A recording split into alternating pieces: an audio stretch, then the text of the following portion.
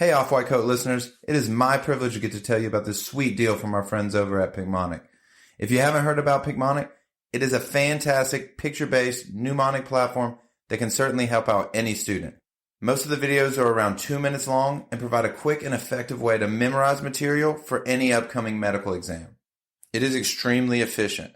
They have this search bar function where you can search playlists on general topics like renal to step 1 to step 2, or even first aid and other books.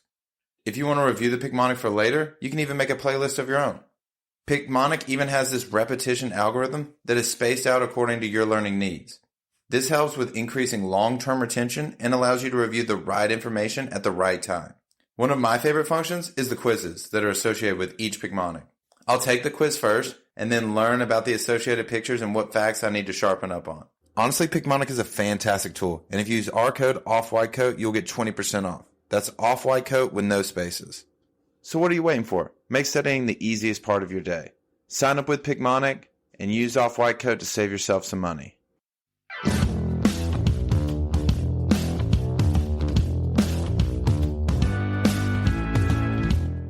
Hello, everyone, and welcome to the Off-White Coat podcast.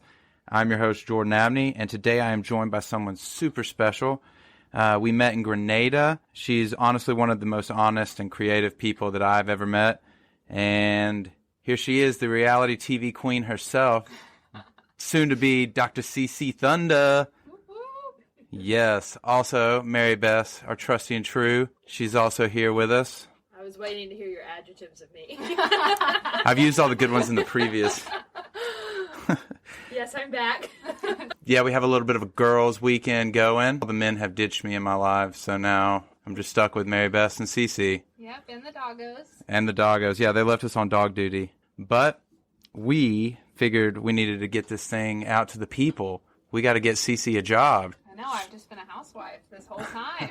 Now I got to do some stuff. I know, right? You've been watching a lot of the Housewives, the Real Housewives. You're going to be the Real Housewife of Prescott. Here, one day. Yes, Real Housewives of Prescott, Flagstaff, Montana. We'll bring the country to the Real Housewives.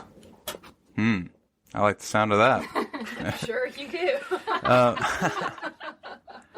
But a little bit about, I guess, Cece is that we went to St. George's together, and we're currently in rotations. I am doing an internal medicine sub-I right now, and Cece's at the same hospital doing a cardiology. So we are both in our 4th year. You're almost done. Yeah, 5 weeks. Maybe. Yeah. Match? Or no, 5 weeks till I'm done. Match is 27 days away.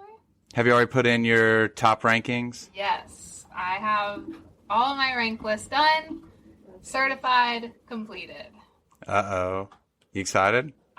She's got a huge smile on her face. I wish we had video for this. I'm a little nervous. The match is kind of a mean thing, but hopefully it's kind to me and everyone that I like. Oh, I'm sure it will be. Either way, though, your dad's coming up, so... Yes, my dad and his dog, they will be coming up to party with me and have some fun, so I'm looking forward to that. Coming up to Baltimore? Yeah. He's going to drive his renovated van and his dog. What, does he have just a huge van, like a handy van, I mean? No, so it's actually like a upgraded Nissan van, so it's not too old, like 2012. It's actually quite nice. Nice. He put some wood paneling over the sides and roof yesterday, so it's coming along. So it's not done yet? No, it's not done. But it's supposed to be. So this is his project. 20 days. No, 20 days it's supposed to be done. So he's going to get to work. So he's excited. He's going to take that thing cross country. Yes. That'll be fun, though. Mm-hmm. Oh, yeah. So what are y'all going to do when you're up here? So he wants to travel. He wants to explore the Edgar Allan Poe Museum. He definitely wants to try the seafood, crab cakes, oysters. Basically just hang out with me. Match day has always been a big deal. So he gets to join and that's going to be awesome. Company. Did he ever come to Grenada or? Yeah. They came, I think, term 1.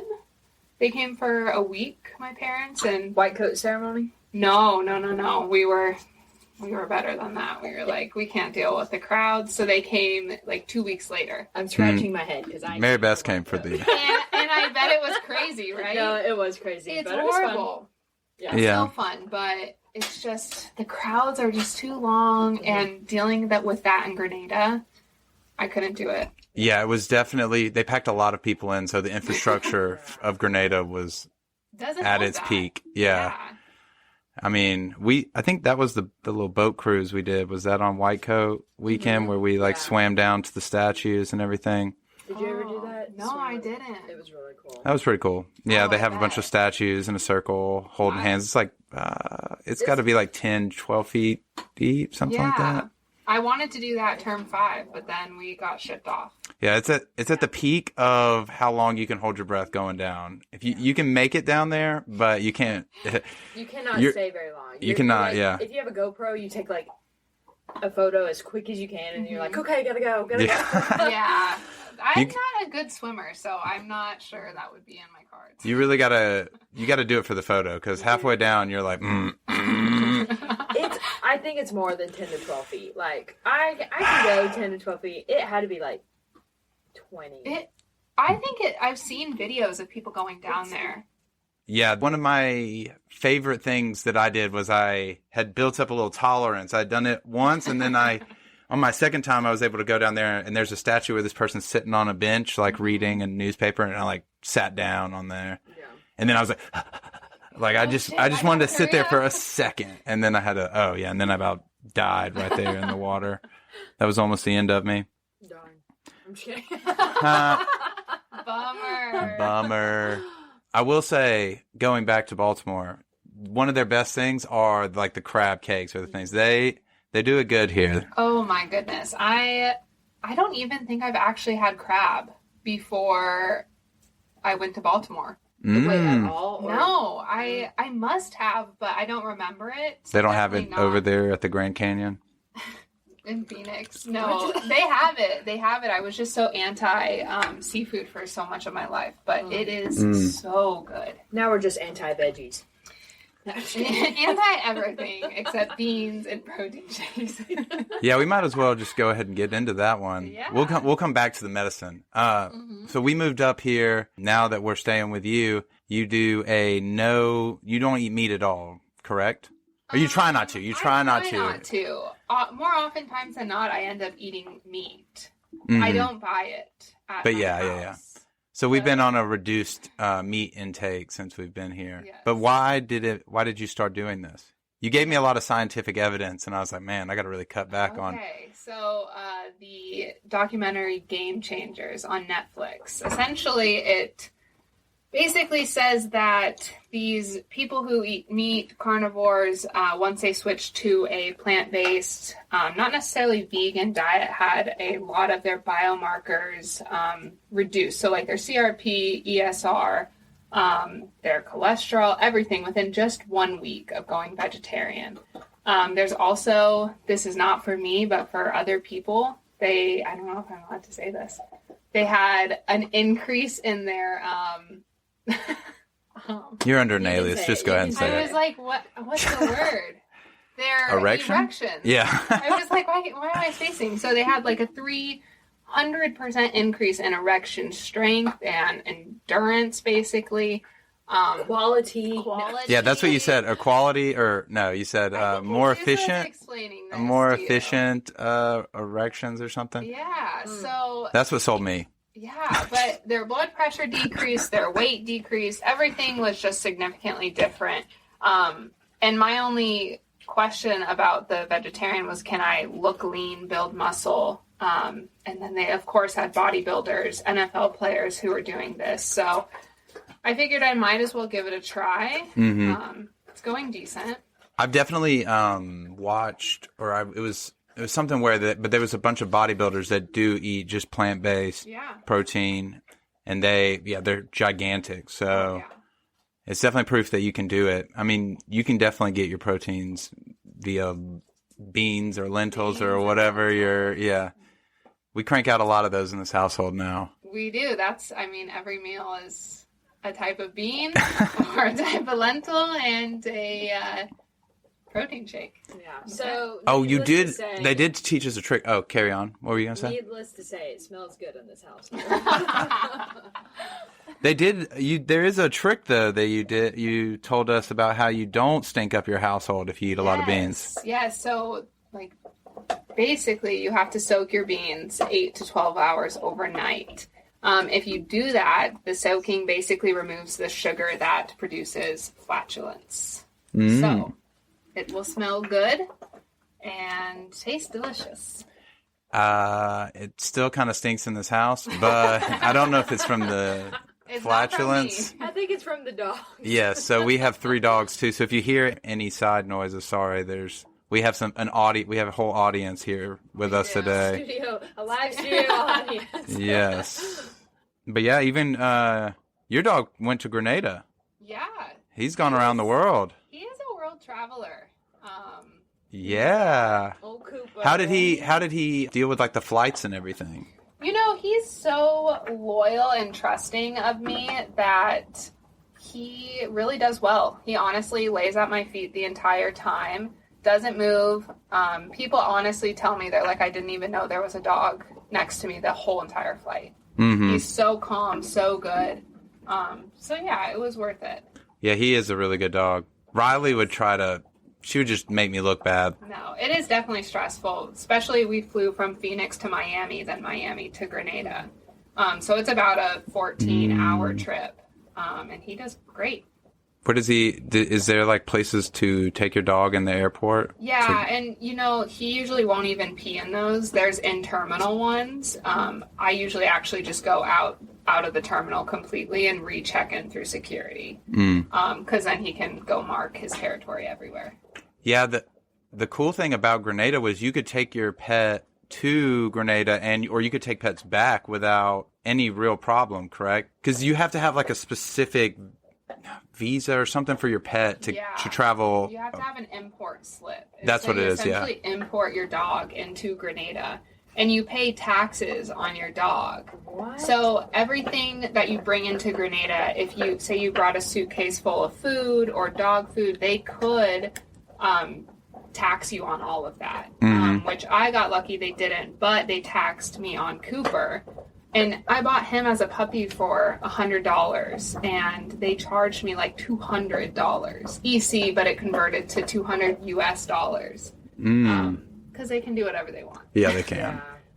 I remember I had a cell phone sent to me in Grenada, and it cost so much money. I remember picking it up at the post office. I know. My dad sent me beef jerky, and it was beef jerky. Just beef jerky, yeah. You had to hide some certain things. If you had anything worth any value, you needed to hide it and then send it in through customs. I can't believe that you had to pay so much though for him to cross over. It's worth it though. Yeah. It was the price of love, baby. Yeah, you could get a pet in Grenada and then take it back to the States because a lot of students did that. Just as long as you get the import slip. And they have rabies and they have their parvo, they're good to go. Which Grenada or SGU had a vet school who would do that. Cheap. Yes. Oh my goodness. Yeah, I met so many puppies over there that I wanted to take back. I'm sure. It was perfect because there were a lot of strays, but it looked like the strays were all well taken care of. It was the strays would pull up the vet students would pull up in a van, just grab a stray, clean it all up, leave it back out there on the street. It'd be fine. We found so many dogs, and I lived at an apartment complex that was basically all vet students. So we'd find a dog, and then the whole weekend we'd be taking care of it. We'd all switch where the dog lived and whose apartment that night, whose dog food it ate. It was fun. That's cute. That's really cute. I'm honestly proud and surprised you didn't get another dog. I have videos of these puppies I used to visit every day, and it took everything for me not to get one. It was fun, and anytime we had a party at our house, you would always bring Cooper, and he would be the coolest dude, running by the swimming pool. Oh my gosh, whatever. yeah. Remember when he was taken hostage and jumped off the dock? Oh, yes. Oh gosh, that video is so sad. Oh, he was so sad. He's like, don't do this to me, don't do this to me. He's like, no. Cooper is literally the most sophisticated dog I have ever met. Yeah. Like, Ivy League. Picture him in a sweater vest and bow tie and one of those, what are these called? Oh. Monocles? Monocles, yes. Yeah. That would be him in human form. That is true. Can you think of did you have any moments that really stuck out to you in Grenada besides, I guess, Cooper being taken hostage? Like, what's your greatest moment, maybe? Oh, man. I would say... The day you were leaving?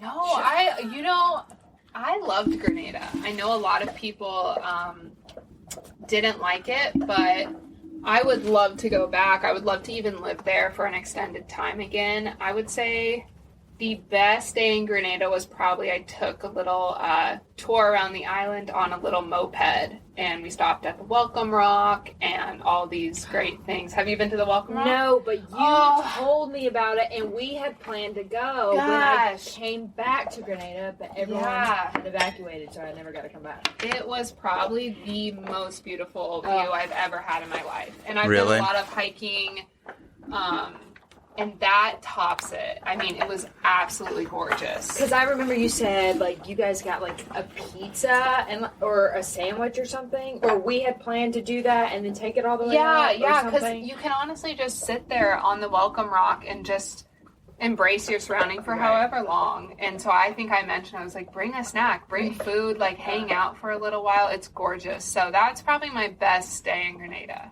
Yeah, that one sounded fun. Yeah, I always saw people's pictures from Welcome Rock, and I was like, oh, I gotta go there one day. And then we never found the time because, we had planned to do it another day, and then evacuation. It was far, wasn't it, to get there and through the mountains or something? Yeah, so we took a moped and basically, or a scooter, I guess. Yeah.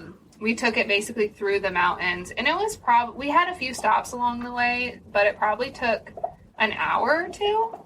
Oh, that's not as bad. Yeah. It's not too bad, but it was definitely worth it.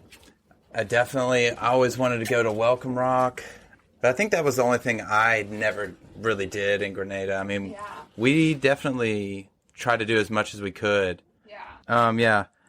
Grenada was great. Do you have a terrible Grenada moment? I remember Carnival with us. Gosh, that was so much fun. I would say my worst Grenada day was the day I got there. I had never gone to visit Grenada. I literally applied to Grenada, got in, and was leaving within 3 weeks time span. So I had no idea anything about the island, anything about the students. I wanted to bring Cooper, my dog, and so I lived off campus. And then I ended up not bringing him term one. And I remember I got to my apartment off campus, and there was barbed wire fences. It was horrible. It wasn't even a real apartment. I had a mini fridge. It was horrible. And I called my dad. I was like, get me off this island right now. I need to go home. I don't want to go to medical school. We'll find another route. Mm-hmm. So that was my worst day, but I ended up staying, and the rest is history. Yeah, now I'm here. It was such a shock. I'm way too far in. It was such a shock when I got to Grenada, especially. It was already nighttime. I planned to get there at 1, so that I could have enough time to figure out my surroundings and everything. Mm-hmm. And then our plane got delayed twice. There was a hose broken. Then they made us deboard, go to a different plane. Then this guy left his luggage on the plane. So that took forever. He thought they were going to Granada, Spain. Oh, yeah. So they were like, the temperature is, 88 degrees or something. And he was like, what? And so then he freaked out. So they had to get his luggage off. And by that time when I got there, it was past 6, which meant it was nighttime. Yeah. And oh my God, I remember I was dragging my luggage and I had hit the beach. There was where they have that nice little student center where you could have walked through. There was just a beach, and I went the wrong way, and I was dragging my suitcase through the sand. There was no elevator, and I lived on the top floor, so just lugged my suitcase up. Yeah. So I didn't live on campus, so I had a whole... You had an even different experience. At least they had the buses to pick us up. Yeah. I had no idea where I was going. You guys had a bunch of all new students, so you guys were all kind of scared together. Yes. I was scared and Yeah, that's where I met Kunal. Yeah, that's where I met Kunal. Oh. Yeah, I met Kunal and Sarah Striegs on that flight. On that flight, yeah. It was weird. Kunal was like the first person to ever even talk to me. Yes, I listened to your guys' podcast, and he's like, this guy knows what he's doing. Oh, like yeah. that episode where you guys talk about your flight. Jesus, yeah. I just knew he had to be a student. He had to. He was sitting alone. He had some. Yes. Tear in his eyes. I was just talking really loud to Mary Beth, like on the phone, like about. Yeah, I was like, oh, school is gonna be so much fun. Hoping someone would be like, "Are you a student?" Yes, I was like, please, someone. But yeah, Grenada was great. But now you're finally at that end time. Yes. You're in the end game now. I have made it to the end game. What made you want to be a doctor in the first place? I don't think I've ever heard this answer. I get this all the time in residency interviews, and I wish my answer was better. But I played volleyball my whole childhood life, and I got hurt all the time. Like, I'd hurt my back, I'd do something stupid, I'd break my wrist, I'd hurt my leg, whatever. So I always went to physical therapy, and I loved my physical therapist. He was so great, and I honestly felt like I kept hurting myself just to go hang out with him. So it was horrible, kind of weird. Maybe I had a crush on him. But so then I was like, I'm going to do physical therapy, went into undergrad physical therapy, and then I shadowed a physical therapist, and I was like, no, this is just not for me. Like, I want to know a little bit more of the science. So then I scribed, of course, like everyone else in medical school, and then you're just like, holy shit, this is awesome. So that's it. Cool. Yeah. Yeah. I love dogs, though. I would have been a vet, but I would be so sad. I mean, as if medicine isn't sad, but those poor puppies. Yeah. I could never do it. Yeah. So those were my two, doctor, vet. Just never could do a vet. Oh, that's cool. Mm-hmm. Yeah. Yeah. What did you scribe? Like, what did you scribe in? Like the ER? Yeah. I feel like that's one of the best things. Yeah, and when it's a level 1 trauma, I mean, you're just like, you're new to the game, and you're just like, what the heck? People's body parts are thrown off. They come in, they're barely alive, and it's so badass. Mm-hmm. Didn't you originally want to do ER? Yes. I was super gung-ho What do you want to do? of ER. But since the burnout rate is a little too high, I don't like the different shift times, like the 5 a.m., then you start at midnight, then you start at 2 p.m. I love sleep too much, and we can go into that later, my sleep spiel. But so then I decided that I wanted to do more of just medicine. So internal medicine is what I'm going to pick right now, or what I'm matching into. Okay. Probably do a fellowship, most likely. Do you know what kind of specialty? I love cardiology. So maybe like interventional cardiology. Lately I've been thinking like heart failure, stuff like that. Or pulmonary critical care. Oh, yeah. I like critical care. I want to be in the ICU. But I can do that as a cardiologist. Yes, you can. Yeah. So. Yeah, I used to scribe for an interventional cardiologist as well. And it was so, like, that lifestyle, like all the procedures and everything that they did, that was so much fun. Like, I worked on the lamest part of their day, which is when they go to clinic. But I would go and watch them do, like, the procedures and stuff. And I was like, oh, this is fun. And it's kind of rewarding if the people that come and see you afterwards, they're always very happy to see you because you're one of the, I mean, you fix their heart. Exactly, yeah. Like, goodness, the heart is the best organ in the body. And if you're not happy to see me, then you're a bad person. Yeah. The heart is by far the best organ in the body. Like, it's beautiful because it has a lot of, like, fail-safes and ways, like, beautiful mechanisms to it, but also it is just a pump, right? Yeah. Like, you can, like, it's very simple. Once you understand what it is doing, everything makes a little sense. Yeah. I think that's really cool part about it. We were even talking about the technology is... the new technology coming out for cardiologists is, insane. Insane. So yeah, interventional cardiology, that's a tough field. Oh, Or at least Yeah. everybody. I say that I didn't want to do ER because of the times, but I mean, interventional guys, they're at the hospital all the time. Yes. On call all the time. So I said that, but I think maybe I'm just more interested. I think you have to live 30 minutes away from the hospital, right? Or is that something that I've always... Yeah. I mean, you're probably there most nights anyway. Yeah. I mean, you work all the time. But if you write a personal statement like you're one for residency, you should have no problem getting to a competitive. I hope. We'll see. I have to tell you, so she told us about her personal statement, and it might be the most creative personal statement I've ever heard. I don't want to give too many other people your ideas. Yes, yeah. But, oh my goodness. It was beautiful. Just go ahead and, do you want it to describe? I mean, you wrote it about coffee. Yeah, so I basically wrote about how internists and internal medicine, they are basically, one of the lines from my personal statement is that internists are like a medium roast coffee brewed to perfection. Yes. Oh, I mean, but she was reading it to me and I was like, oh, sold. Yes. I was like, she has got gold. I learned a little bit. You were talking about how to make the perfect cup of coffee. I realized I was doing it wrong the whole time. And then that morning he tried his new technique. Failed. But you need to say, you need to talk about the chart that you saw on, what was it, Reddit or something? Oh, yeah. Okay, so I saw a fellowship program director tweeted, and he was like, personal statements for residency or fellowship are all the same. He was like, 90% of them are going to be just blah, average, cool. We don't really learn anything about you, but you didn't hurt yourself. 5% will completely ruin you because there's grammatical errors and whatnot, or you say something that you're just not supposed to. And then another 5% will stand out. And then he listed the ones in the 90%. And he's like, basically, they all start with 1, an inspirational quote from Hippocrates. 2 is going to be, I had childhood asthma, so I want to save children with asthma.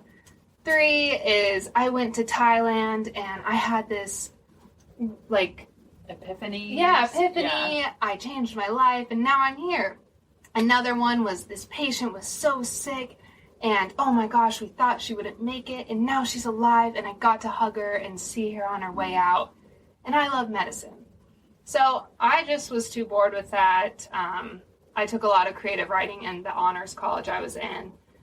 So I decided to just go with it. And honestly, if programs didn't like that I wrote it about coffee, I don't want to be at your program.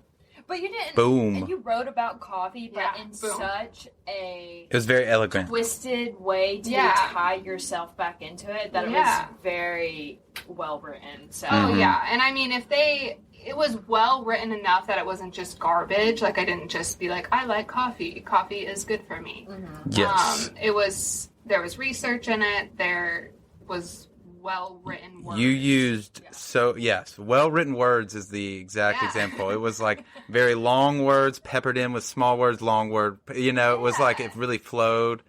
I was like, geez. Yeah, so it really put me to shame, like where you're doing 1, 2, and 3. I think all 3 of those things, my personal statement had mentioned something like that.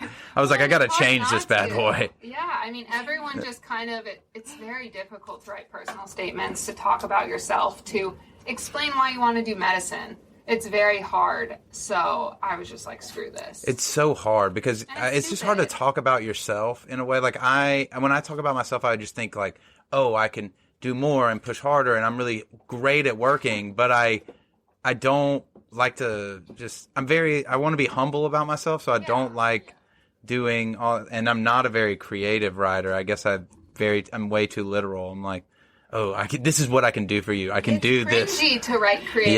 Yeah. Like, even when I read my statement out to you guys, I was like, brewing a cup of coffee is a fearless task I take on in the morning. And that's just not me. But for my creative writing side, sure. Damn, it sounded good, though. It made me want a cup of coffee. I was like, you were like playing on all the heartstrings. Because they were drinking a cup of coffee while they were reading yours. They were like, oh, yeah. They bring it up all the time. Oh, well, we have coffee at our residency program. What's Starbucks. And I'm like, well, I don't drink Starbucks, but thank you. Keurig. Yeah, I have a Keurig at home. They're like, wow. Like, this is the girl about the coffee thing?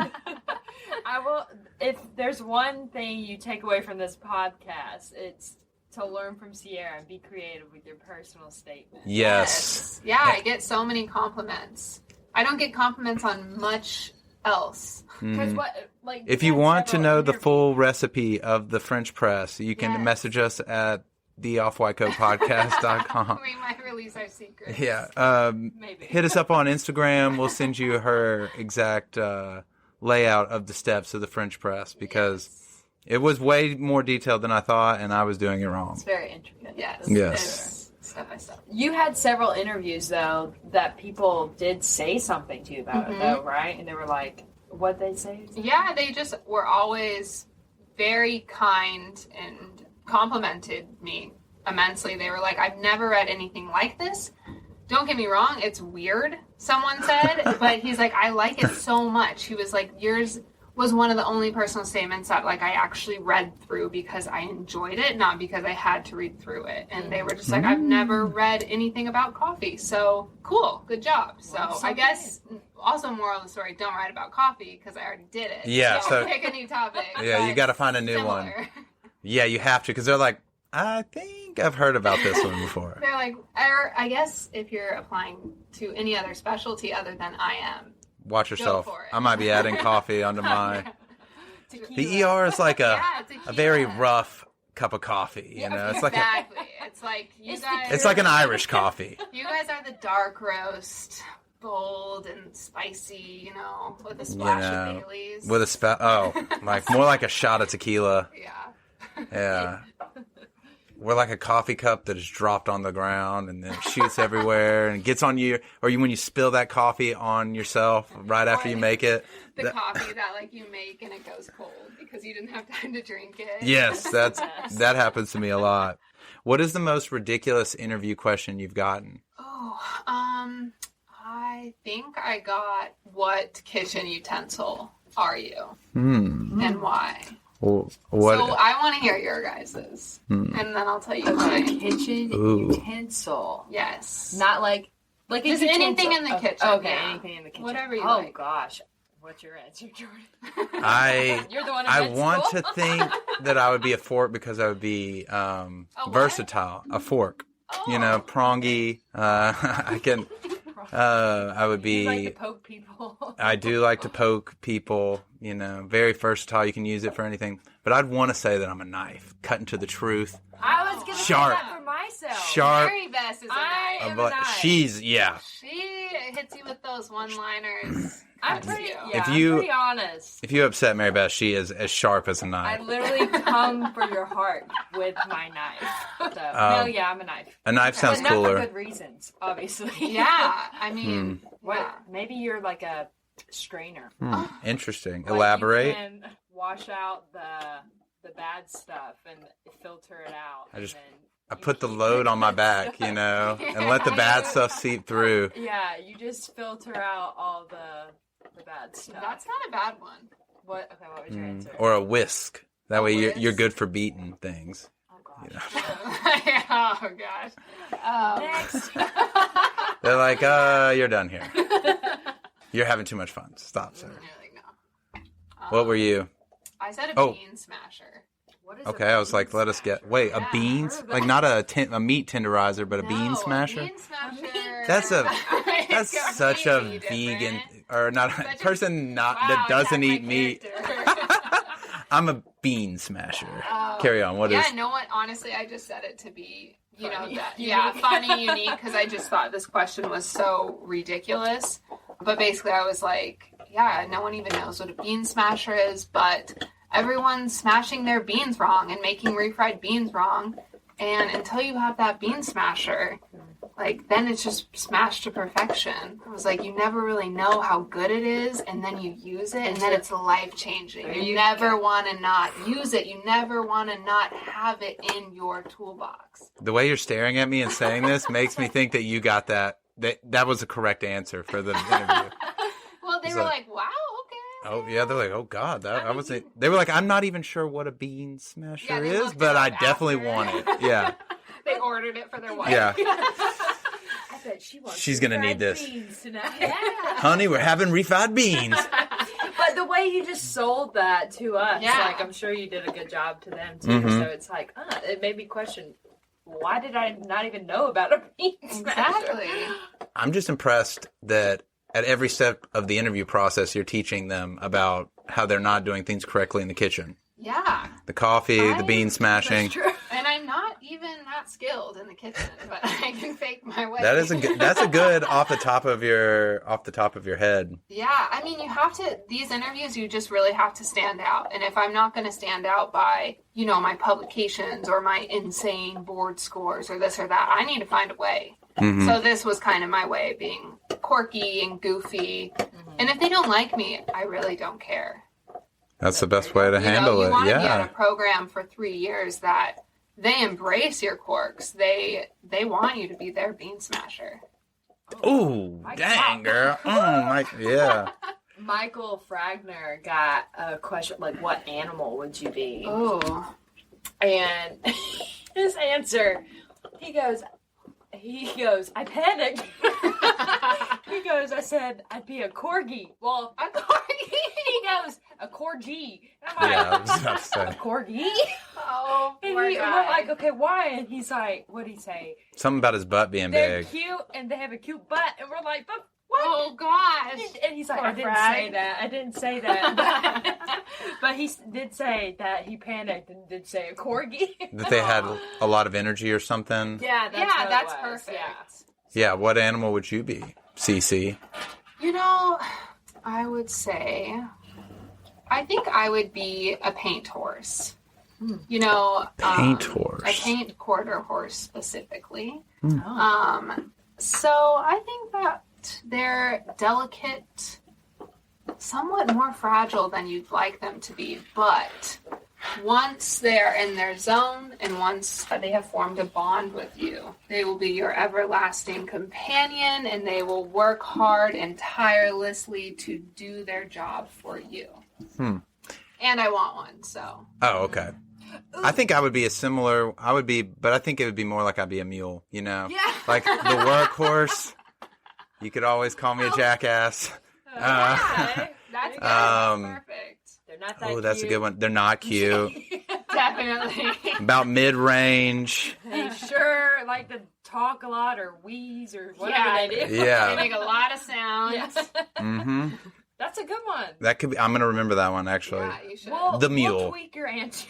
Yeah. Have you seen the donkey on Shrek? That would be. When he tries to look Yeah. cute, that's you. In the morning, we making waffles. So with that being said about you wanting a paint horse, Yeah. do you think that'll be one of your first purchases when you actually start getting that check?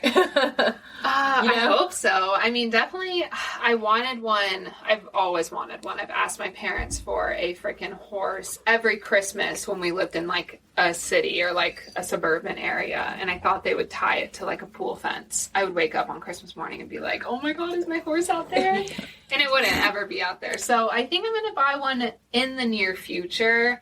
I don't know if I could do it in residency or fellowship. So Yeah, you have to have some, room to keep it and Yeah. everything. I mean, I'm hoping to be in a place that's country enough that I can have a horse. So, Where's the ideal place for you to end up I think besides Prescott? there's this weird misconception of Prescott. Because it's pronounced Prescott. I'll say Prescott. So I would love to be in an area like Texas, Colorado, maybe Montana. Montana's a little hard because to be really country, you have to be 30 minutes from work usually. But we'll see. I'm thinking Texas is really where I would want to be. Mm. Yeah, I also said I wouldn't mind ending up in Texas for I don't know why. I think there's something in Something about Texas. there really is. they like it bigger bigger. in Texas. But yes, I was something about how if you do your residency there, it would be a lot easier for you to work. And I've always wanted to at least spend a couple years there. they have my favorite type of food and they have a lot of it. So Exactly. Texas would be awesome. I can get me a cowboy hat, Yes. some spurs. You can do felter straw with the seasons. Ooh. Didn't think of that. I know. You saw There's his like face. a I don't even whole- know what that means. There's different seasons where A you wear straw a hat? straw Oh, hat yeah. At or first I was a like, felt. a felt or straw. right over I was your like, head. what is she talking about? I thought you were talking about another a kitchen utensil, a felt or straw. I was like, okay. Yeah, She taught me something else. Yeah, we'll do some research before we go to Texas. Yes, definitely.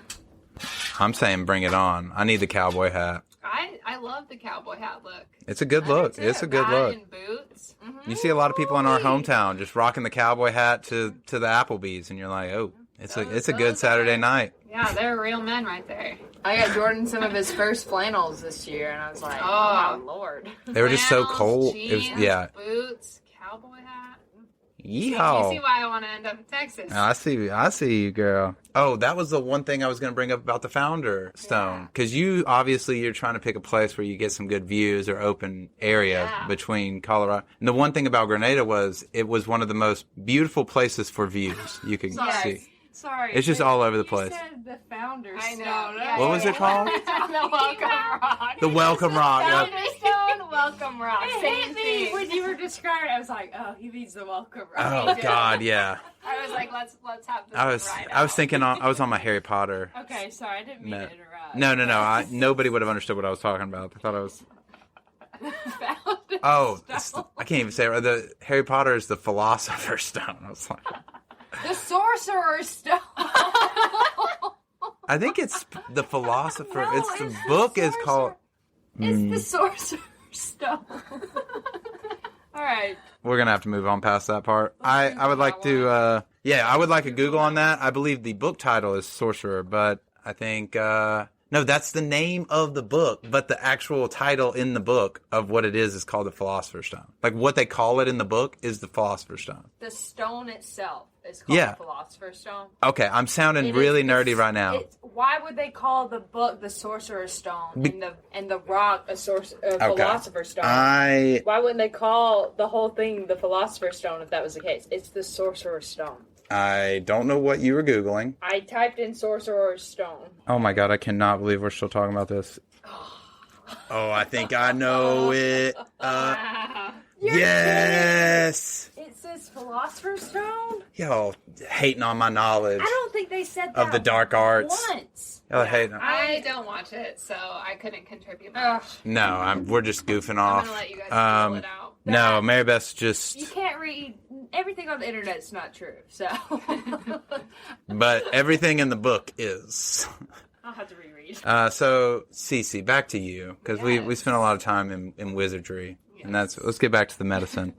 So you've done your rotations here in Baltimore, and you were doing a lot of them in California. Yes. Did you do any more anywhere else, or was it all in? All in California. Okay. How did you like those? Loved it. For the most part, loved it. We were new to the hospital, so it was the first group of students, and I think there was 7 or 8 of us. And so the attendings really didn't know exactly what level we were at of knowledge and skill set, which I took advantage of in a good way. We got to do a lot of procedures. They'd be like, oh, do you guys play central lines? Do you guys do lumbar punctures? All of this. I'm like, yeah, I mean, I'm sure as a student we should learn how to do it. So I get to place them all the time, get to do sutures all the time, which that's easy by now. But it was just a different experience than the traditional East Coast experience that I'm having now. Mm-hmm. We got to one-on-one time with our attending all the time. So it was just me and him walking through the hospital literally all day, all night together. That's nice. So now it's like there's me, then an intern, then a senior, then an attending, then a chair, a lot of bullshit that you just didn't have to deal with over there. Mm-hmm. Do you think that was a West Coast thing or just where you were because it was like the first time the program started? Because you did say like that's the difference in East Coast, so I'm curious. Yeah, I think it's a little bit of both. The hospital that we were at was a decent sized hospital, but it only had family medicine residents and orthopedic surgery residents. So They had no IM, EM, no Gen Surge residency there. So for most of our core rotations, we were just with attendings. So that obviously is why it was a little different. But the way the attendings treated us, I think, is East versus West Coast. These attendings were very nice. They knew our names. They treated us like humans. They took us out to dinners, lunches, they brought us coffee just because they enjoyed teaching us and they liked having us there. And so I think that's very different from East Coast. Yeah, that's definitely different from the experience I've gotten at at least Baltimore. But even in Jersey City and everything, there wasn't that much the connection between the teachers. Like, we would have some people that would love teaching that would go out of their way and give us like lectures and everything. Yeah. But the hospital was not set up for that. And it was few and far in between. Yeah. And then now that we're doing, because you did your sub-I at this hospital. Yeah. This one is set up the exact opposite way for you to be having any interaction with. Oh, yeah. If anything, I want no interaction with anybody besides the patients. Exactly. Like, I love going and still meeting the patients and doing everything that I would do as a doctor besides having to interact with some of the people that are... Yeah, it's very different here. I'm not adjusting well, but there's only 5 more weeks left. I would say that this also, East and West Coast thing, the residents on the West Coast and a lot where I interviewed are very, they really want to be as hands-on and responsible for their patient care and do procedures, and it's much less scut work, aka like doing blood draws or running errands and doing stupid shit like that. Whereas here, it's like, maybe it's just this program, I'm not quite sure, but they just have less involvement, I feel like, in their patient care. They don't do any procedures, which, as me wanting to do critical care, I find that extremely weird. But, I mean, maybe they just have different interests. Yeah, this hospital didn't really have... I have not seen very many residents doing procedures. Like, No, they don't want to. It's not a lot, and that's super boring for me in a way. Yeah, like, I'm just not stimulated at all here. The drama's real, too. Goodness gracious. The internal medicine drama, it can be real. Yeah, I want to hopefully find a program the complete opposite of this one. Jordan's over 2, basically, in the internal medicine department. So it's like, it's frustrating. Like, he's not going into internal med. But if he was, like, it turns you off. Yeah. Like, in Jersey 100%. City, in Jersey City, they were just miserable. And then here in Baltimore, it's just the drama. If I'm 0 for 2, then do I want to keep going and see if I eventually find a good program? And yeah, I can totally feel that. I'm at the point where it's like I'm about to match into internal medicine. And I've had such a bad experience here that I'm like, maybe I should have matched into something else. Like, but this different is programs, a stepping stone, different programs. Also, like, I don't want to do general hospital medicine. So fellowship will provide me with what I want. But and sometimes, it's not necessarily the whole specialty. It's just the culture that somehow brewed in that hospital. Right, but it happened to be the specialty for you twice. But you had a good one in California. Yeah, so. exactly. Yeah, that's the issue, is that was always my backup, or like, because I thought cardiology was awesome. I've always enjoyed the heart, and it just is like, you're like, And that's how you choose what specialty you're going to go into.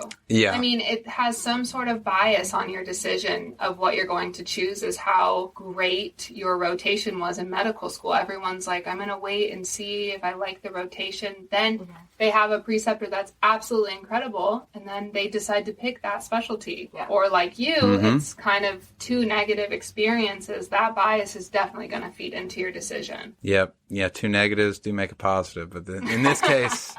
Not so much. It makes it doubly negative. Yeah. Makes it double negative. Yeah, and that's grammatically incorrect. Yeah, we are not doing that. No. I do want to say, she only glossed over it earlier about her volleyball career, but I am speaking to a junior Olympian. Is that what it was? Or just an Olympian in general, I think, after you. Really? Yeah, well, I did not know that. Let me caveat this. Any volleyball players listening, it's called Nationals now. But years ago, when I was in nationals. The first year I went, it was called the Junior Olympics. And we ended up getting, I don't know, I think first and silver. So there's probably like 16 teams, so we got like 17. So not very good, but we still went. First and silver. First and silver. So there's a gold. Okay. Yeah, divisions. Like Olympic. Yeah, it's like bracket play. Wow. Well, Yeah. Wow. We were I was about to say, have you been keeping up with the Olympics this year? No, I haven't. I wish I had. All I know is that the men's curling team looks like a bunch of dads that like got together in their garage and decided to do curling. They all have the long hair and the mustache. Funny. No, it's great. Some of the highlights, I only brought that up because some of the highlights of my hospital time, if we're ever doing rounds or anything, I notice, I'm like, I haven't watched any of the Olympics except for when I'm in the hospital and I'm standing in a patient's room and I'm like, oh wow, the U.S. is curling right now. I wish I could watch that. And then I leave the room and I don't ever get to see it ever again. And then I go and see them. I'm like, what you watching? It's the Olympics. And they're like, it's the only thing on right now. It's like in every room, it's just the Olympics. It's all they're willing to play them. Yeah. Oh, I at least like that part. Yeah. The patient interactions, I do always enjoy that. Yeah, the patients here have been very kind. Oh, yeah. I will say that compared to like I've worked at private hospitals, or not so much private, but patients with private insurance in the wealthier side of Phoenix. And they definitely treat you much differently here. Mm-hmm. They're thankful. Yeah, there's something about spunky little black ladies, too, that always just makes my day. Like, especially like a grandma. Oh, I'm like, so sweet. It makes my day every time. We had a little lady in a shower cap the other day. I was like, yeah. Bless your heart. Oh, yeah. And she was giving a lot of attitude. I was like, this is great. Oh, my goodness. So you said your first purchase would be a horse? Is that... Boy. Are we going on record for the horse? First off, are you keeping this horse on your property and allowing... You know how PJ has that little thing where his horse can come into his house? Oh, his is like a mini horse. I was like... Well, what is... Oh, okay. When you're saying like a horse. You want a horse I want horse. like a big-ass horse. Like a nice... Like a quarter horse is quarter horse. Oh, I thought when you called it a quarter horse, it was a fourth of the size. No, they're thick, boys. Oh. They're thick. I have to get my my official horse advisor on this. That's my little sister. We'll have to discuss We'll this. call her up later. I'm gonna have to call her because obviously I don't know what we're talking about. No. You don't say. Yeah, I don't know anything. Well, if you had to pick a place ideally to like live and work at, where would it be? Would you want to go back home or? No. So this is really... I don't necessarily have a place. Like, I kind of said a region, like Texas, Colorado, Arizona-ish, Montana. But I would say wherever I can live about 20, 30 minutes from a large hospital, like a tertiary care center.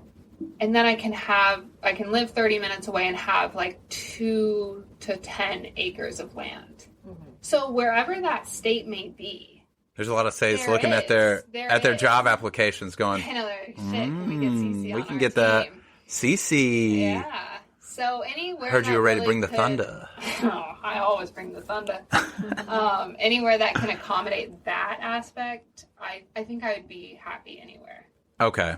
I don't want to be on the East Coast though, but they really couldn't accommodate that goal. So yeah, all you states that are listening, all you tertiary care, cares that I can live in the country.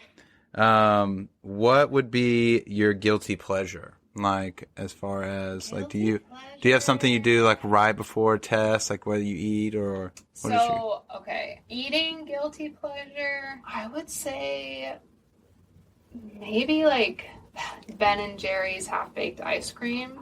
Amazing. Me and Mary Beth were bonding about that last night. And then I always love a good reality TV show.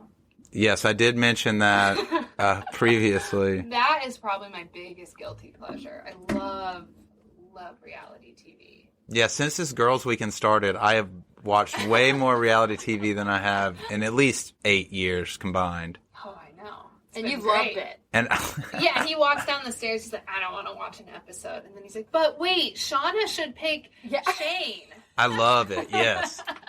Like, and Marcus needs to get his act together. Yeah. And Shania needs That's what every guy does. Yes. He'll stand there just watch it, and he's like, I'm like, do you want to sit down? No, I'm going downstairs. And he stands there for 15 more minutes, and it's like critiquing the show, like me and Sierra are critiquing it. Like, we're like, you're stupid. Like, what are you even doing? He's joining in. We're like, I thought you wanted to go downstairs. He's been very involved in the girls' weekend agenda. Yeah, Love is Blind has gotten me, has got me hooked. I feel like my eyes are bleeding sometimes when I watch it. But we do too, but we like it. It's fun because you can make fun of other people. Yeah. I can't even think. All I remember is the name. I've been mispronouncing their names so long I can't even remember their... Shauna and Shania. Jarrett, get your act together. Jarrett. I don't even know. So what other job, if you could choose one job other than medicine, what would it be?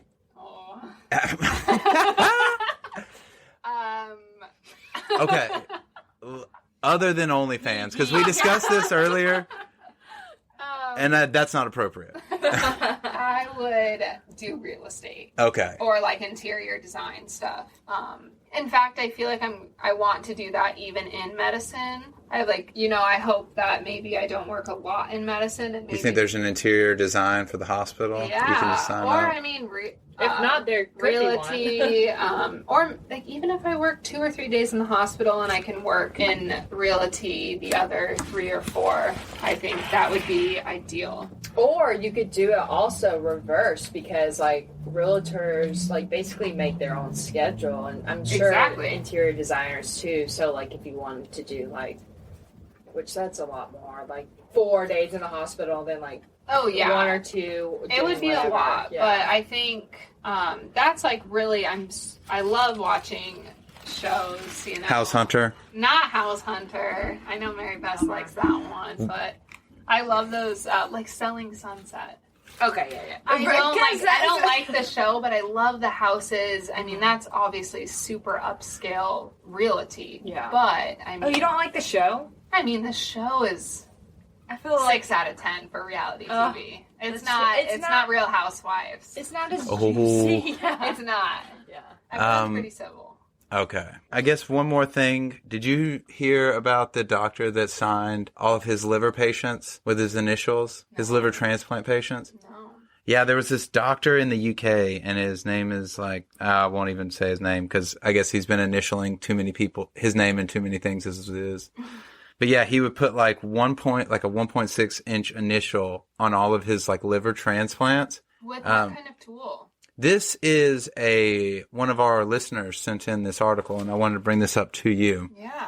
Like, what was he initialing it with? Like his cauterizer? I would like to not think that it was the Bovie tip, but I think it might have been. Okay, interesting. It didn't actually say, but it did say he pleaded guilty and was convicted on 2 counts of common assault, fined 10,000, euros, 13,000 US. Where was this? This is in the UK at Queen Elizabeth's Hospital in 2014. It says he branded, so I guess that could be anything. I mean, branded. I don't think he would have that surgical tool though with his brand. When I think branded, I think of like a hot iron. Yeah, but that's why I think it could be the Bovie tip. But I watched a Nexus cult member. She was branded with a Bovie tip. Okay, it says Nexus, was that the sex cult? Yes. The Hollywood people, right? Like the Smallville. See, I used to watch Smallville, and then I found out about the Nexus cult, and I was like, it's mind crazy. blown. So wild. The doctor apparently used an argon beam coagulator. That's got to be essentially a device commonly used in surgeries. Yeah, probably a Bovie. To place his initials on the transplanted liver. Argon. What'd you call it? An argon? An argon coagulator. I mean, I think a coagulator similar. Maybe that's what they call that in the UK. So ballsy. Yeah. Ballsy. I mean, it's hurting the cells in the patient, so I feel like it's just wrong. Like time is muscle, time is brain, time is this. It's not. It's kind of similar. It is a waste of time. No, not his time, but like he's killing their muscle, their cells, their. Oh yeah, I'm just saying capacity to. I wonder how. For surgeons though, you're supposed to be so precise and do everything. Yeah. Like he's just going way off book. That's like, what if you accidentally nick something and chances are he's not going to, but that to me is... How did they find out is my question. That's my question, too. You know, someone had to be doing a repeat surgery on one of his patients and then checked out the liver. Because you always look, when you open the abdomen, you check out the liver and... Or an autopsy or something, they must have seen this and they're like, is looked that into it. RK? Yeah, or whatever Can you imagine if you're just like, let's say you're using the Da Vinci machine and you're doing just some simple stomach, little appy, something, and you like lift up the liver and you're like, is that somebody's name? Yeah, you're like, wait. We're gonna have to investigate this. This is weird. This is weird. Yeah, it was very strange. Very strange story, but that's kind of dumb on his part to do his own initials. Like, I mean, it's incredible. Yeah, put somebody else's initials. Honestly, I mean, if you really want to, do someone else's. It's also like, what's the point? No one knows. Are they? I guess he formed like a subconscious cult. You know, if he signs their liver. It's like that weird guy that instead of like at the fertility clinic was using his own sperm instead of the sperm that the people picked out. Like you're just doing weird things. Yeah, that's just not right. Yeah, that was one of the topics that our viewers have sent in. Oh wow, to bring in. Yeah. My view is I think it's wrong. It reminds me of a cult and just no branding, no branding. Yeah, no branding here. No branding except CC Thundaaa. I was about to say we're taking that name to the top.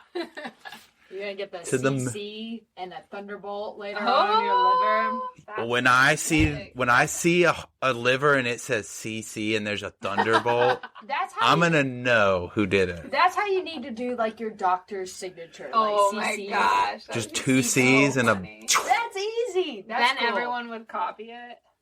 CC and a Harry Potter lightning strike. That would be good.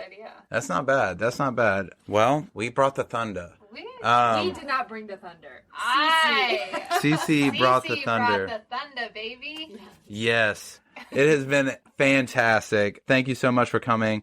I hope everybody that has been listening to this has enjoyed this. But if you have any questions, you can contact us. Find us on Instagram. You can hit us up at Gmail. CC, it's been great. We out of here.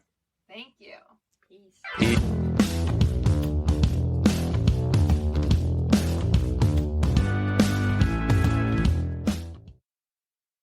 Hey everyone, I want to take this time to tell you about our friends over at TrueLearn. They have this top-of-the-line test bank that is perfect for any upcoming board exams that you may have. They have test banks for all types of exams. So whether you're studying for medical school, nursing school, OT, pharmacy, and others like speech pathology, TrueLearn is the way to go. If you're like me and going through medical school, they have question banks for all the big exams, like Step 1, Step 2, and Step 3, with quality assessments for each exam. Look, I know we didn't go into healthcare because we love taking tests. This is the hard part of the job. Make it easy on yourself with TrueLearn.